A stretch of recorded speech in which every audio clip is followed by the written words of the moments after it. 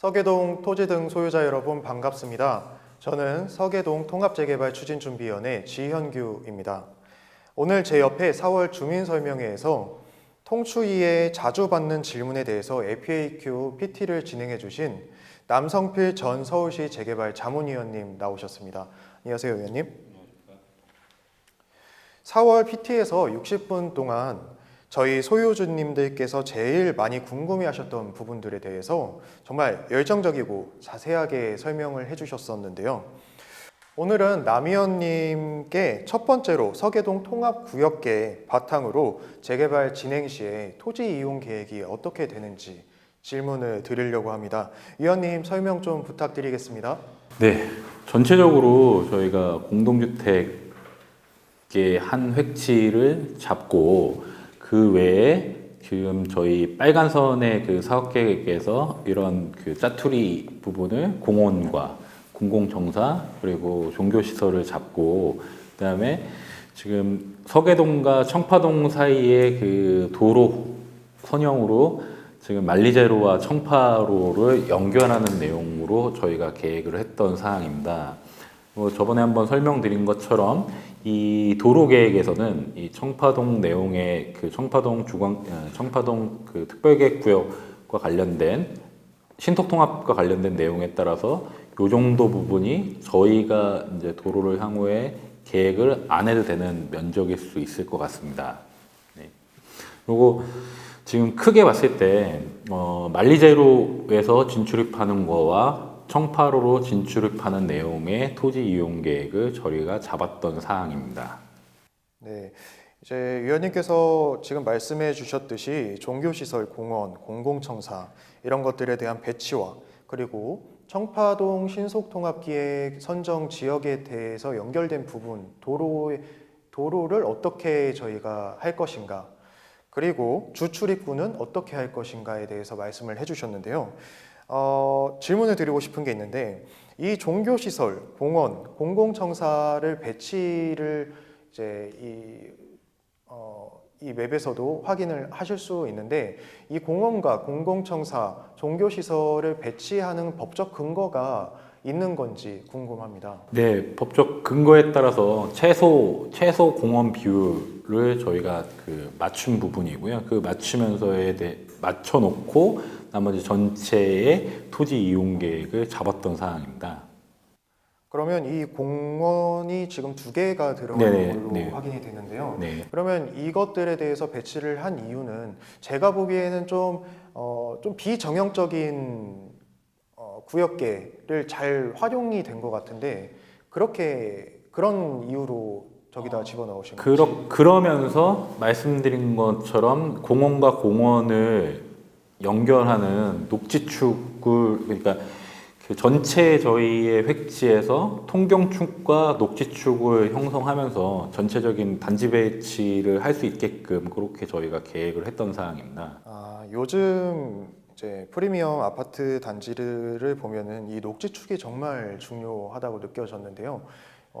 이 맵을 보면은 공원이 정말 앞뒤로 잘 나 있고 아까 이제 1편에서 홍승신 건축사님께서 말씀해 주셨듯이 이 통경축이라고 하죠. 이 통경축이 잘 이제 나 있는 것으로 확인이 되고 있습니다.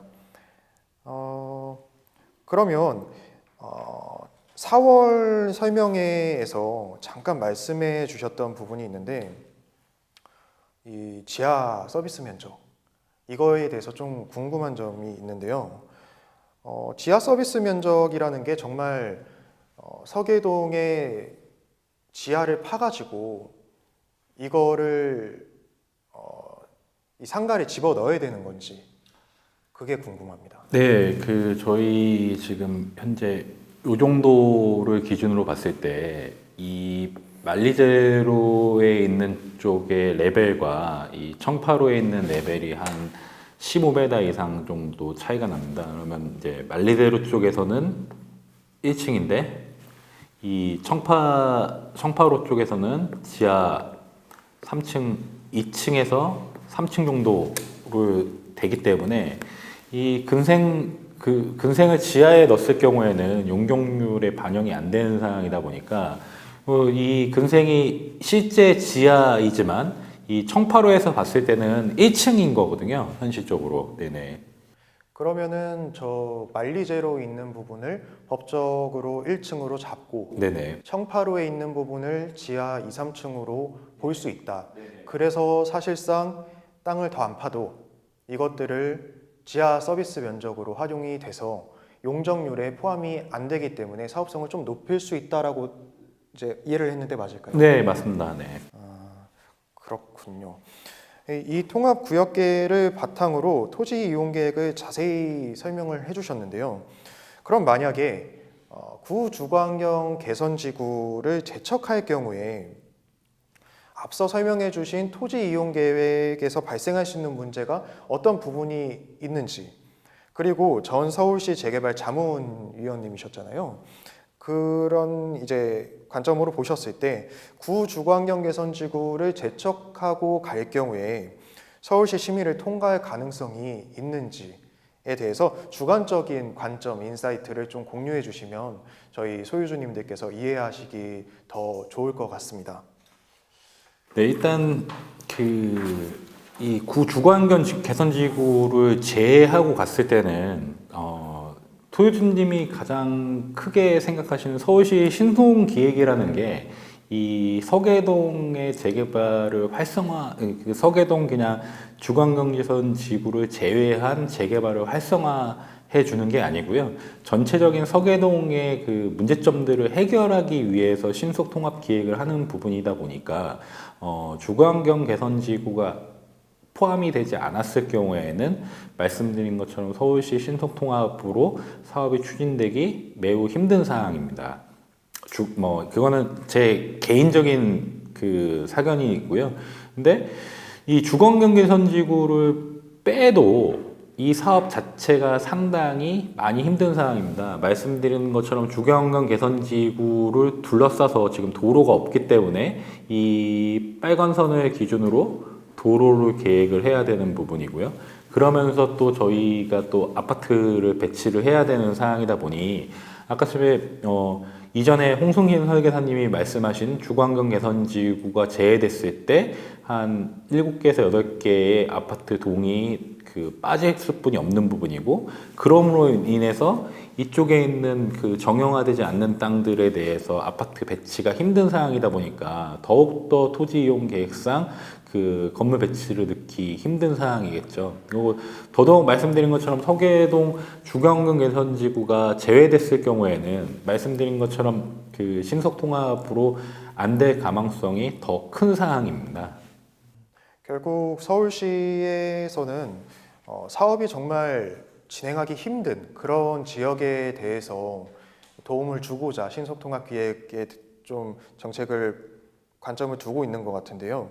이제 건축사님도 그렇고 위원님도 그렇고 공통적인 입장은 구주거환경 개선지구를 제척했을 경우에는 녹지축이 사라진다.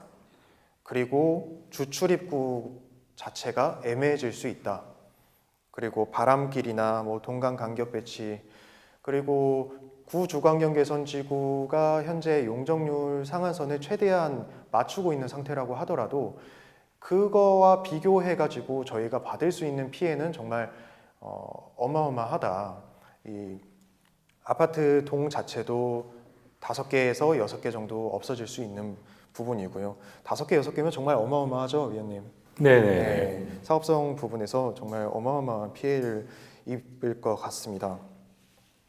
네, 최근 서계동의 도시 정비형 재개발, 즉 역세권 공공임대, 같은 말로 역세권 시프트라는 말로 온갖 추측과 무분별한 허위 사실이 많이 돌고 있는데요. 저희 추진준비위원회가 진행하고 있는 이 신속통합기획과 이 역세권 시프트, 도시 정비형 재개발을 비교 설명해 주시면은 저희 소유주님들께서 현명한 판단을 하실 수 있을 것 같습니다. 네, 도시정비형 재개발, 역세권 공공임대, 역세권 시프트는 다 같은 용어입니다. 근데 이제 서계동 같은 경우 그 역세권 시프트를 할 수 있는 할 수 있냐 없냐를 먼저 검토를 해야 될 부분인데요. 지금 이제 현행 저희 사업 구역이 전체 면적의 2분의 2 이상의 역세권을 한다 그래도 지금 저희가 한 11만 2천 회배 정도 되는 부분이다 보니까 그 정도의 면적을 갖고 역세권 개발을 한 사례는 없는 상황이고요. 그게 이제 100% 주거는 더더욱 없고요. 그래서 지금 뭐 그 정도 규모면은 아시다시피 예전에 추진했던 용산 역세권 개발 정도가 이제 그 정도보다 좀 30만 회배 정도 되는 거니까요. 한 3분의 1 정도, 용산 역세권 개발의 한 3분의 1 정도 될 겁니다. 근데 여러분들이 좀 잘못 알고 계신 사항의 가장 큰 게 이게 역세권 개발, 공공 정비형 재개발, 뭐 역세권 시프트 같은 경우에는 보통의 한 5천에서 1만 회배 미만의 역과 가까운 그 지역에 공공임대형 그 개발을 해서 결국 늘어나는 용적률의 50%를 임대주택으로 만드는 사업인 거거든요. 그러면서 추진이 안 됐던 그 지역들의 그런 역과 가까운 데에 공급을 늘리겠다는 사항이었었고요. 예전부터 이제 추진이 됐었는데 이게 이제 그 추진이 안 됐던 사항들은 말씀드린 것처럼 땅값이 워낙 비싼 부분이다 보니까 그 부분이 추진이 안 됐었고요. 현실적으로 저희 서계동이 역세권 개발이 되면 얼마나 좋겠습니까? 근데 개인적으로 봤을 때는 매우 힘든 사항이라고 좀 설명을 드릴 수뿐이 없을 것 같습니다. 네. 그러시군요. 그러면 이 역세권 시프트, 이제 세 가지가 다 똑같은 역세권 시프트를 일컫는 건데, 이 역세권 시프트와 신속통합기획을 비교를 굳이 하자면, 신속통합기획 같은 경우에는 구역 지정이 빠르고, 그리고 역세권 시프트 같은 경우에는 저희가 정비계획 입안 제의부터 시작을 할 수 있는 거죠? 네네, 맞습니다. 입안 제의를 해서 심의를 받아서 그 심의를 통과해야 되는 사항인데 심의가 뭐 가능한지 부분은 좀 관계기관하고 사전에 검토를 해봐야 되는 사항인데 워낙 면적이 큰 부분이다 보니까 이게 가능하다, 가능 안 하다라고 뭐 누구도 지금 판단하기 힘든 사항일 것 같습니다. 그렇군요. 오늘 두 가지 사업 방식을 잘 설명해 주셨는데요. 오늘 이렇게 또 소유주님들께서 궁금하실 만한 내용을 콕콕 잘 찝어서 설명해 주신 남위원님께 감사드립니다. 서계동 통합재개발 추진준비위원회는 2022년도 신속통합기획에서 반드시 선정되도록 하겠습니다. 아직 동의서를 제출하지 못하신 소유주님들께서는 이 하단에 나와 있는 연락처로 연락 주시면은 동의서 제출하실 수 있도록 도움 드리겠습니다. 네, 오늘 영상은 여기까지입니다. 함께 해주신 남상필 자문위원님 감사합니다.